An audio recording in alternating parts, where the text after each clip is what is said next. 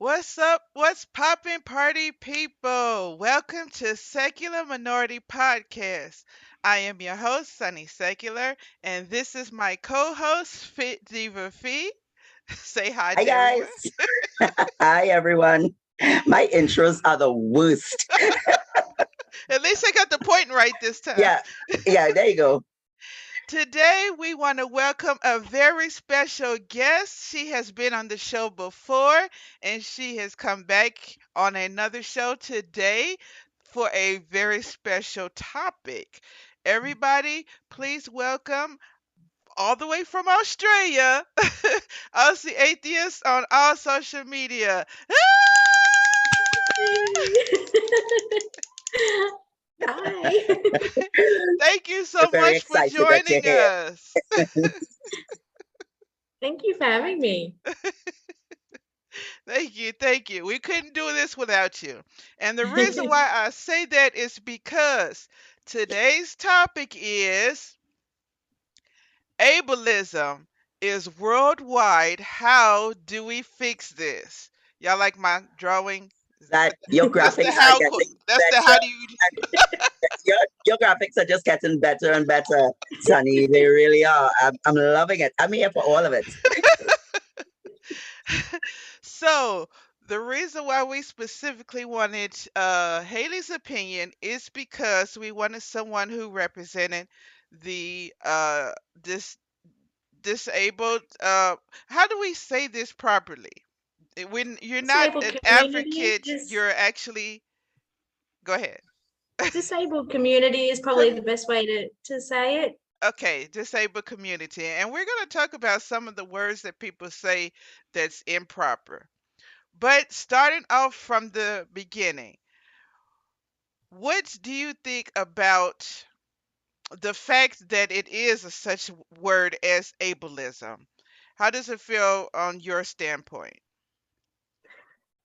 I think it's great that we have coined a term that people can refer to a bunch of things that are hurtful or unproductive and hold the disabled community back.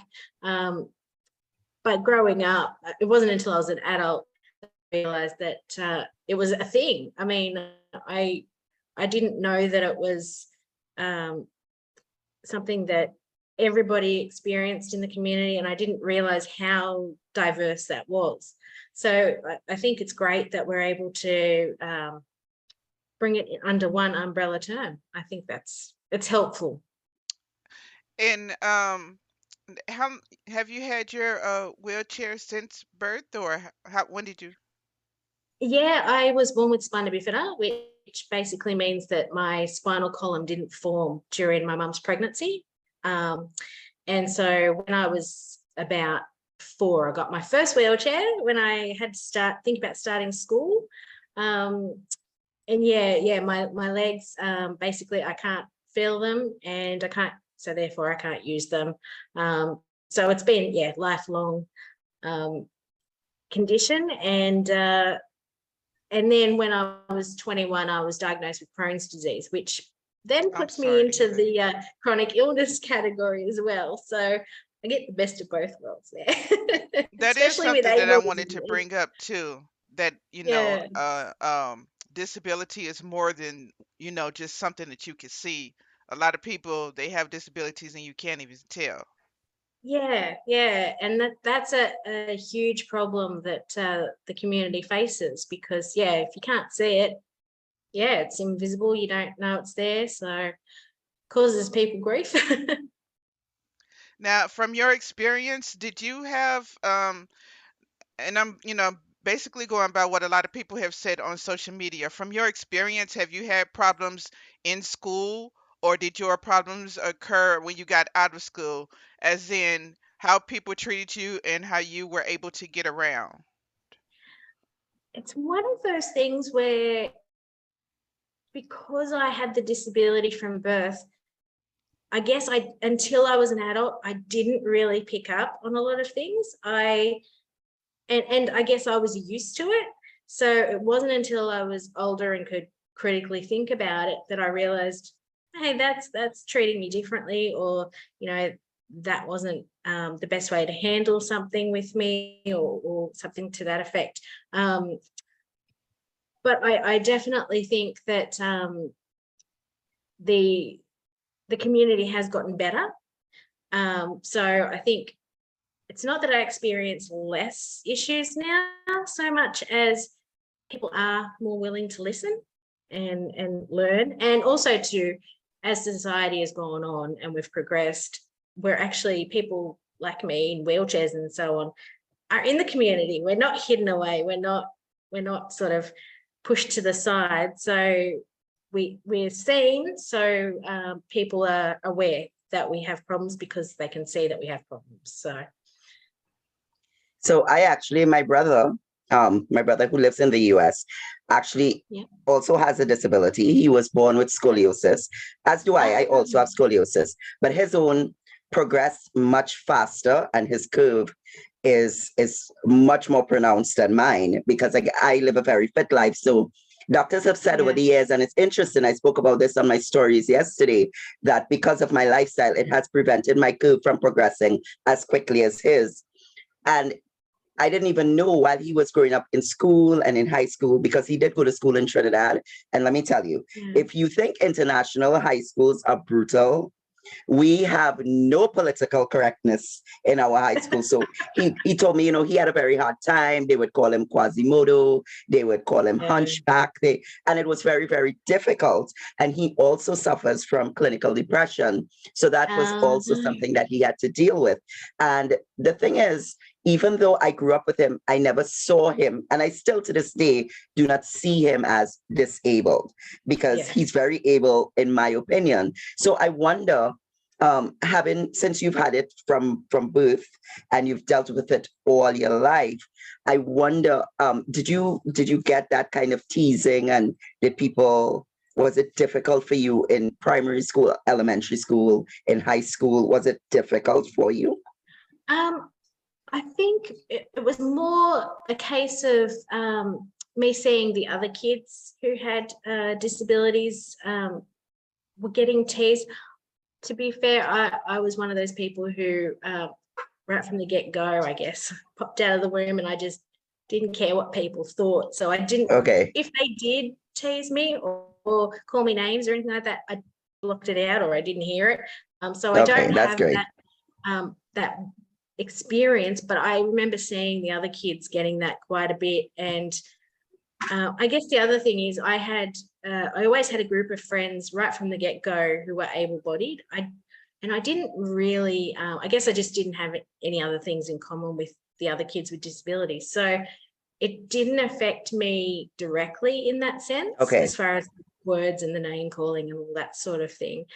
But it really upset me when I realized other kids were getting called these things, because I didn't understand, because to me they were the same as me, but I couldn't understand why. I guess I wasn't getting called those things and they were, or why wasn't I noticing it? I couldn't put those two things together at such a young age. So yes, of course. So since we're all atheists, and Sunny, I don't mean to hijack your questions. I know you have a list, but I do. being atheists, but this came into my mind today, and I was watching a special. So have you ever had? I don't know. Were you a lifelong atheist, or did you convert to not convert, but did you deconvert? No, I was very loosely around Catholicism as a kid, a little bit, but for the most part, I've never held a strong belief in anything, or being so you've never indoctrinated.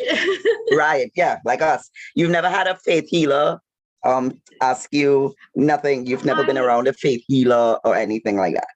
One of the things that occasionally you get, particularly if you go to like a big city where, dare I say it, there's a lot more strange people running around the streets. You will get the occasional person either coming up to you and saying, oh, when you get to heaven, you'll be healed, or,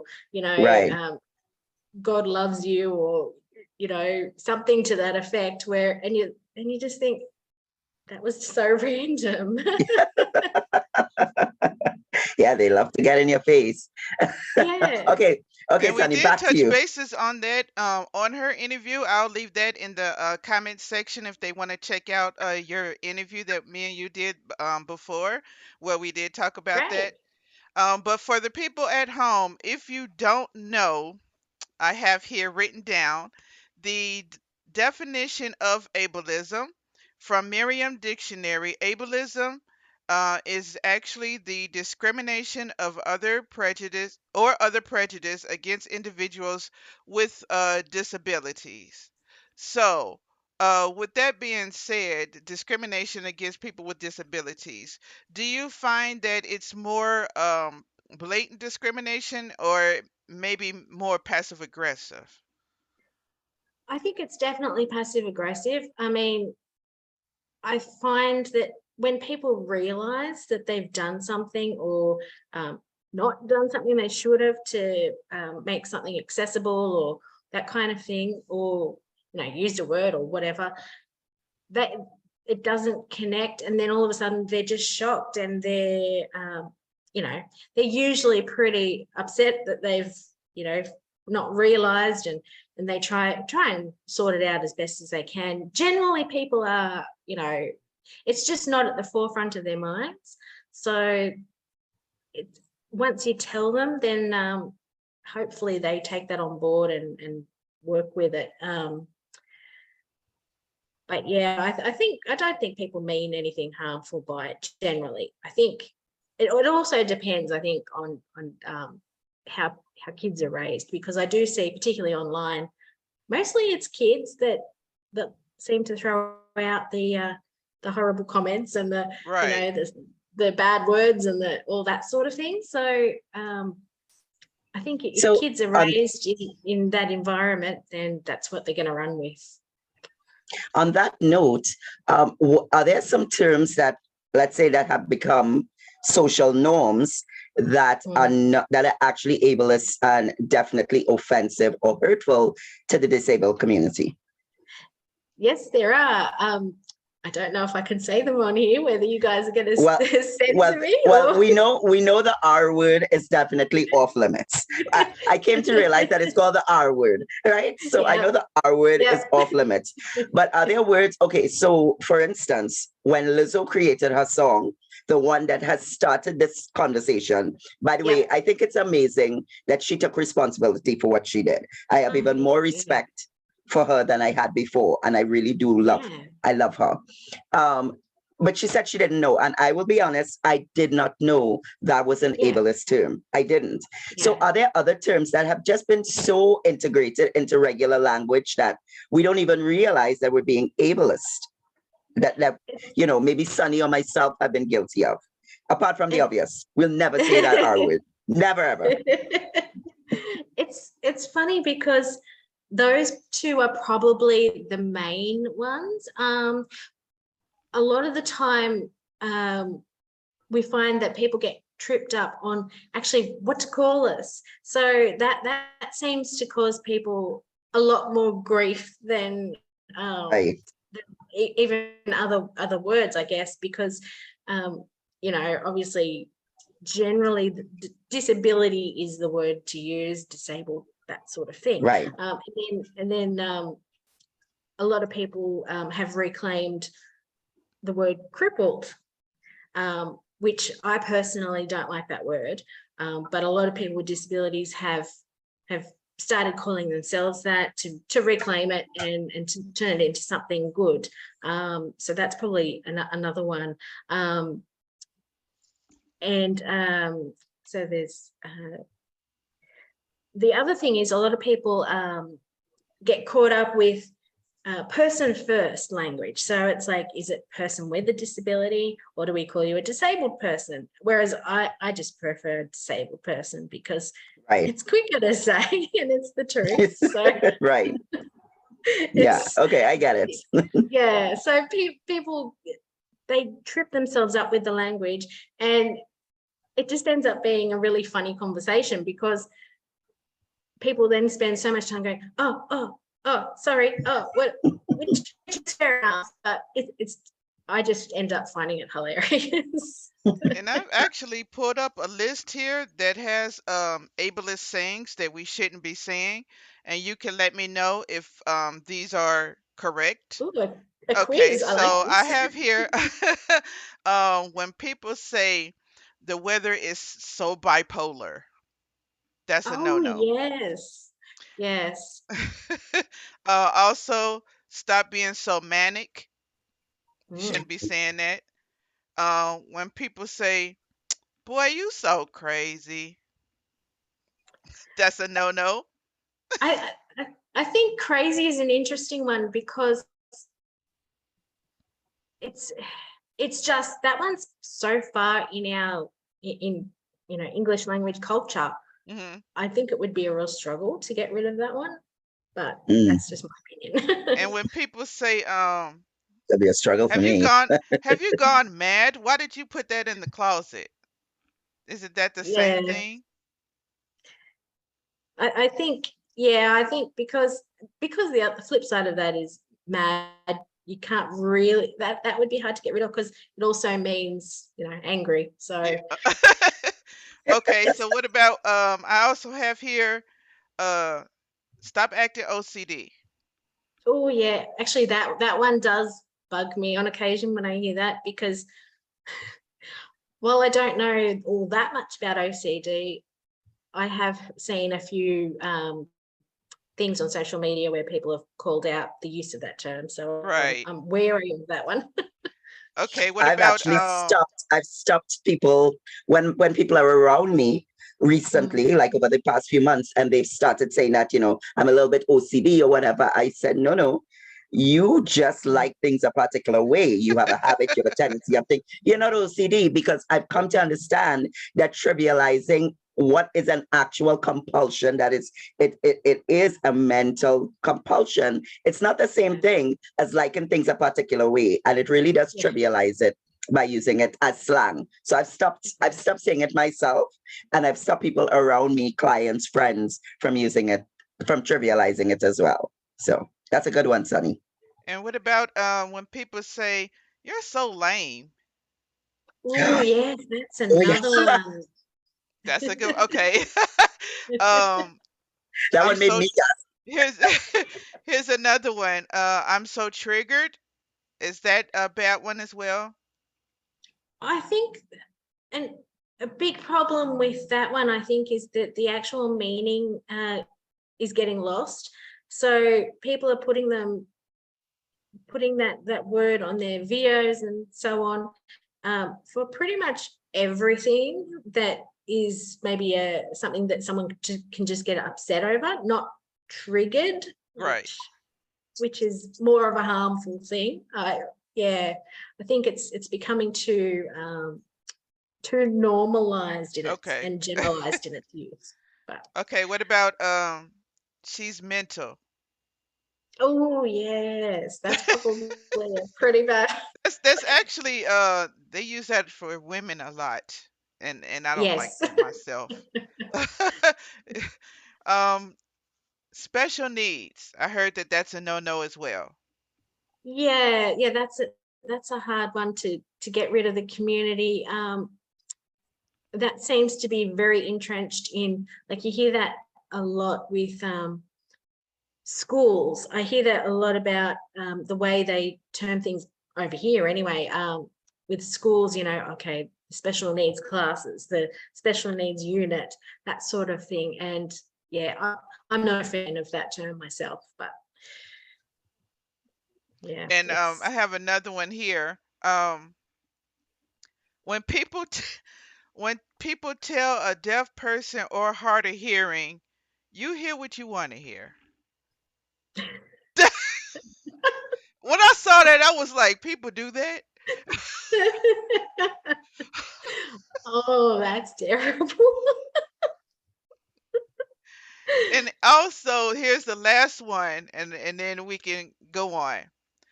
When people come to you or your friends or whoever, people with disabilities, when they ask you invasive questions like, how do you have sex? Like, what? Oh, all I can say is you should definitely try online dating with a disability because, wow, people don't hold back. That's they want to know everything. Oh my- That question has never once crossed my mind. Never once crossed. What goes on in people's oh. And that and is why I like you. I mean, Oh that has never once crossed my mind. What is even what? I swear, some of the people are so invasive. They're so thoughtless. And the thing is, I think we're all in our little bubble. A lot of us are in our little bubble. So right, I right. think that it's ego, and I'm an able-bodied person, and I'm a fit person. So I see the world from my perspective, but it's a very narrow view. And I think the way that society has been structured with norms and beauty cultures and societal norms, norms. I hate norms. So that we have a tendency to think that people that don't fit within our little bubble, they don't really have feelings, they don't exist. Because Right. and you see that in a lot of the isms, whether it's sexism, whether it's ageism, whether it's ableism. It's all rooted in the fact that we see ourselves as little special snowflakes, and as such we are the ones that matter. And I think it's all rooted in what we consider standards of beauty or norms of beauty, or however. Of course, it all comes down to, this. It irks me. It irks me. It Right, irks me. Not right, just right. because I have personal experience with it, but it just irks me that we see things from such a narrow perspective. That even words that can hurt. I mean, we know, okay, there are big words we don't say, but the R word, the N word, the S word, there are words we don't say. But then there are things that we say that have just become accepted terms, like telling women that they're crazy. That has just become accepted, but it's not okay. Or stop And being emotional. yes, stop being emotional. And it's not, those things are not okay. So yeah, okay. I will go off on a rant. Let me keep my tangents in check, right? And okay, Sunny, And take that's over. why I wanted to bring both of you, on at the same time, because somebody like me may be like, oh, well, some of these terms are just American terms, but it's actually worldwide. You're in Trinidad, you've heard it. You're in Yeah. Australia, you've heard it. There are people in other countries who've also heard not only these phrases, but these words. So, in your opinion, uh, what do you think we could do to combat this and stop this? I think it really starts from a young age. So education. So I don't know whether schools already do this sort of thing these days, because it's been a long time since I've been to school. But they could, start discussions on why things are hurtful, what you shouldn't say. It just age appropriate. So start from a young age, but start simple. When they're talking about, because they would talk about, being kind to people, push that into it as well. Keep, center a bit of the conversation around that. And, as they get older, then sort of maybe be a bit broader and talk about more of the sort of stuff we're talking about here. And then that way it might filter through, and generationally, I think we can get rid of it completely. That's the Right. high hope here. Yes. But So it all comes down to education from a young age.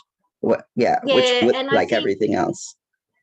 the other thing is it's difficult because you're like with any of the other isms, what they see in their families is also what they're taking on board. So the education has to be really strong Right, to be right. able Yeah. to counteract that, because they're going to take on board what their families think. So yeah, they need also physical exposure to people with disabilities as well, because I know not every school is accessible. So people like me are not going to be seen in schools necessarily, but once they get out into the workforce and that sort of thing, we're there. So they have to learn how to deal with people like me. And I think early exposure is the best way to do it. That's what I was going to ask you. Here we have different schools, for people with disabilities, depending on how, severe it is. In your opinion, Mm. do you think that it should be all the children together, or is being separate a good idea? What do you think? Well, the school that I went to was actually accessible, Okay. but they did have like a separate unit, so that if certain classes or whatever, certain kids needed to go and be sort of separate to the mainstream, they could do that. And I think that works really well. I think every school should be accessible, and I think every school should be ready to accept kids with varying levels of disabilities, and be able to cater to those needs, because that's the only way that we're going to be able to fully integrate into society.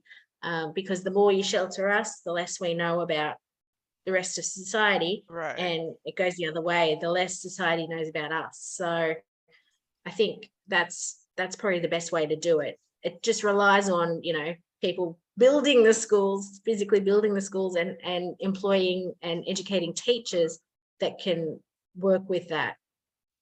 So I think that would go a long way. Okay.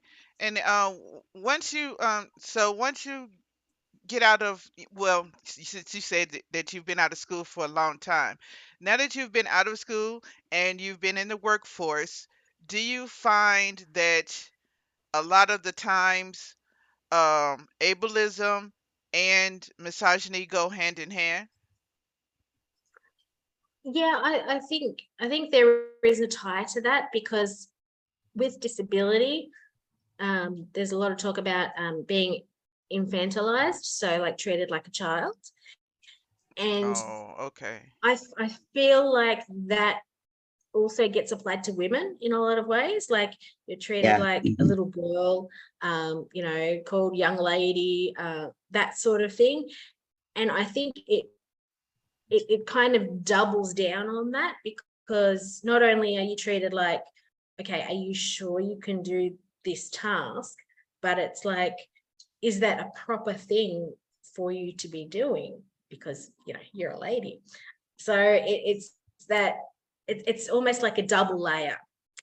So I feel like I probably get not so much more of it at work, but just generally in society, people just think that you're capable of less. If I was a man with a disability, I would probably not be treated with as much of a kid glove aspect. I Right. think that extra layer of being a woman kind of makes me a little bit more precious to people. I'm not going to break people. I'm not going to break. I'm not. Yeah, okay.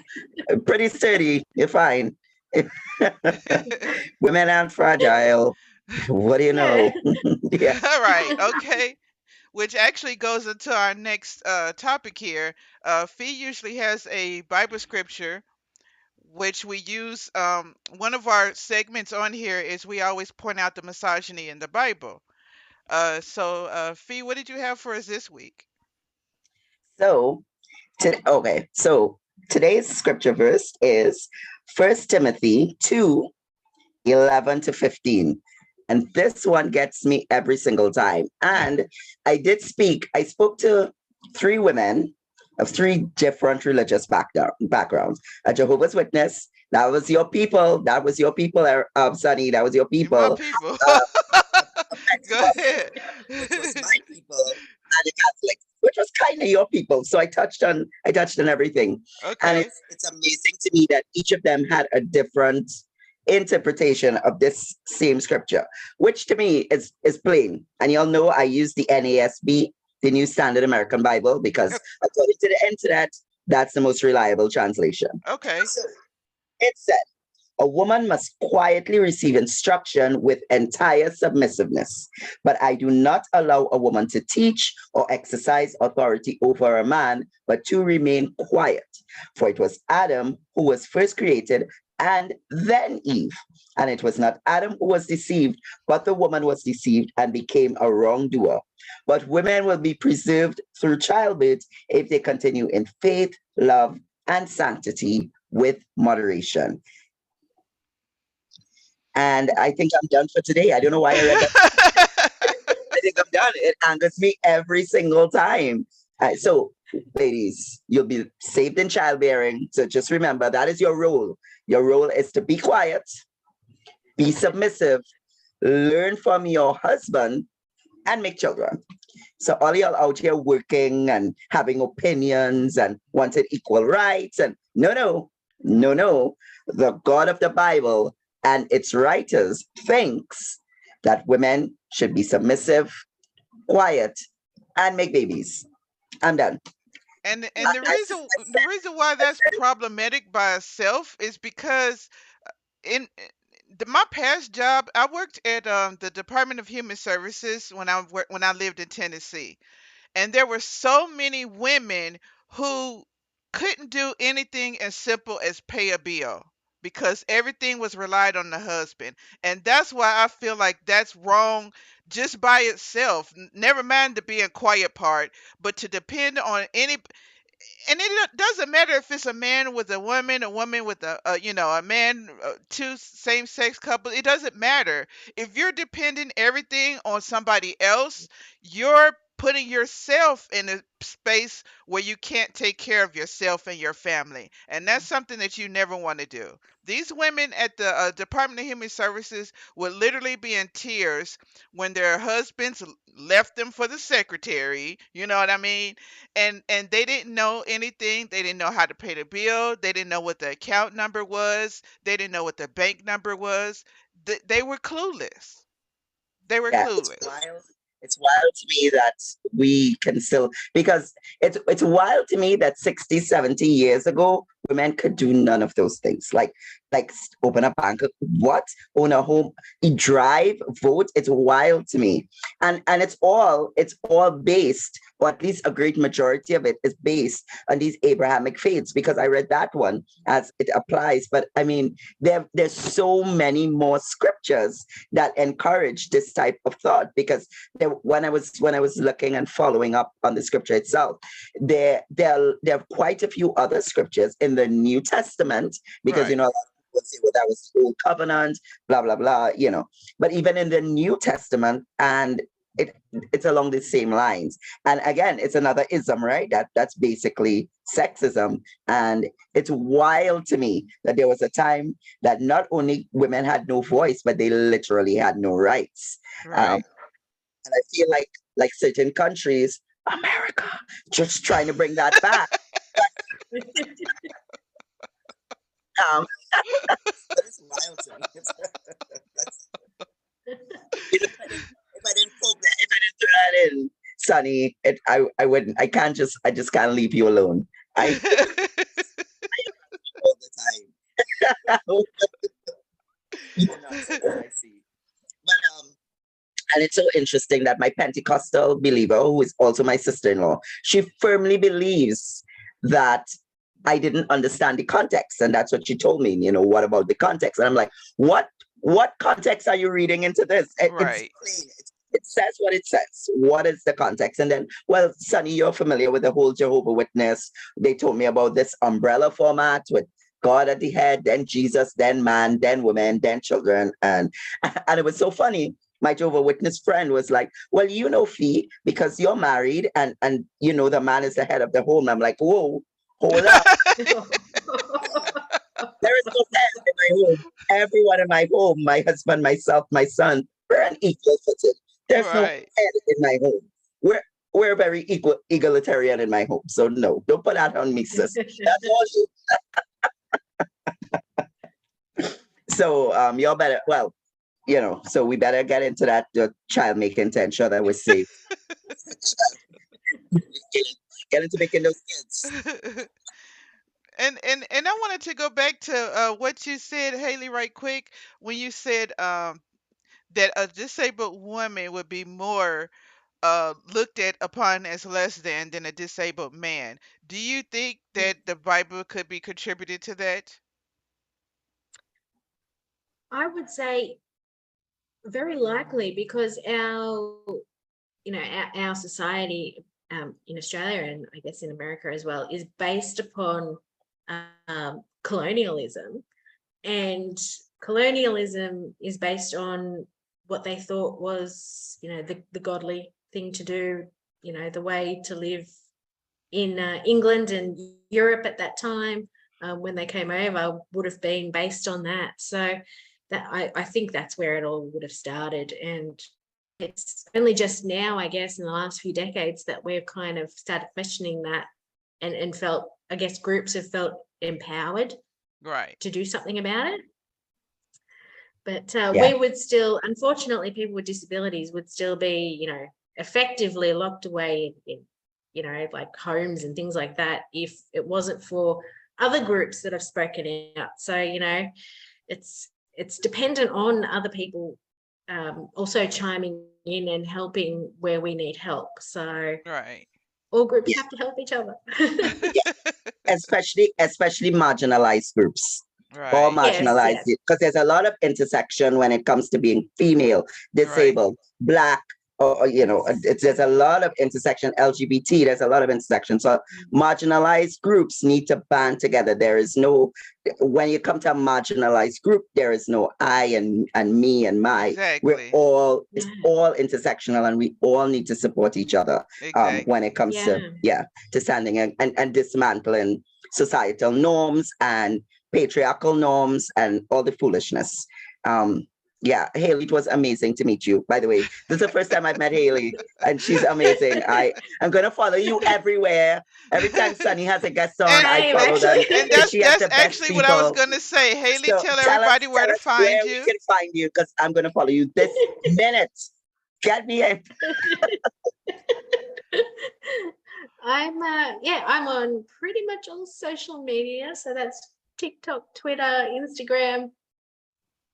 Is that all? On as That's Aussie all that Atheist. counts. We'll get rid of that. Yeah. TikTok. I live in TikTok land now. Yeah. That's where I live. That's my address.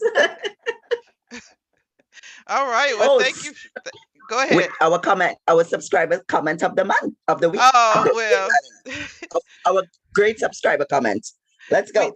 well, the comment that we had was by Simon Bush, and he made a comment actually 9 days ago. He says, as a white male of 60 years, I was brought up in the Church of England, and I want to support you as much as possible. As far as I can see, every organized religion is anti-female in every way possible. Yeah, that word female. Um, it says, it's amazing to me that a search on YouTube for misogynistic religions gives so